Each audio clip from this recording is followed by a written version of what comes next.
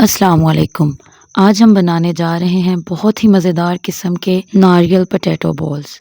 ये इतने मज़े के बनते हैं कि आप कहेंगे एक बार और। आइए शुरू करते हैं। सबसे पहले हम आलूओं को मैश कर लेंगे। उसके बाद इसमें ऐड करेंगे 1 टेबलस्पून रेड चिली पाउडर।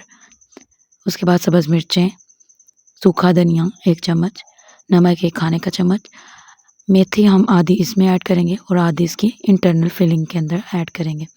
उसके बाद हम इस मसाले को मिक्स कर लेंगे।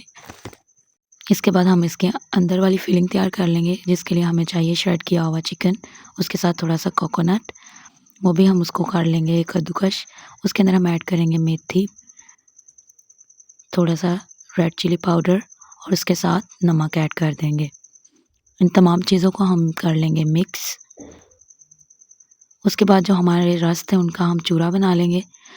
उसके बाद हम थोड़ा सा मिक्सचर लेंगे जो हमने शुरू में बनाया था, उसी के साथ हम इसमें ऐड करें, इसके अंदर फिल करेंगे जो हमने फिलिंग तैयार की थी, और इसको थोड़े सख्त हाथों से हम इसको प्रेस करेंगे ताकि जो फिलिंग है वो इसके बाहर ना आ सके।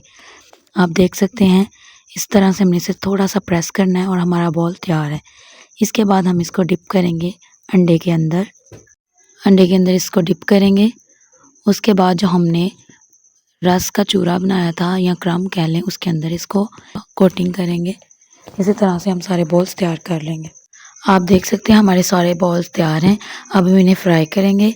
इसके लिए हम थोड़ा सा ऑयल ले लेंगे कढ़ाई के अंदर और इन्हें एक एक करके ऐड करते जाएंगे। 2 मिनट तक एक साइड से पकाने के बाद हम इसको थोड़ा सा हिलाएंगे। यहाँ पे ये वुडन स्टिक मैं यूज़ कर रही थी, इससे थोड़े टूट रहे थे, फिर मैंने स्पून का यूज़ किया। स्पून से ये बहुत अच्छे से इनकी साइड चेंज हो जाती है और ये टूटते भी नहीं हैं। इसी तरह से हम सारे फ्राई कर लेंगे और 2 मिनट में तैयार हैं हमारे क्रिस्पी बॉल्स।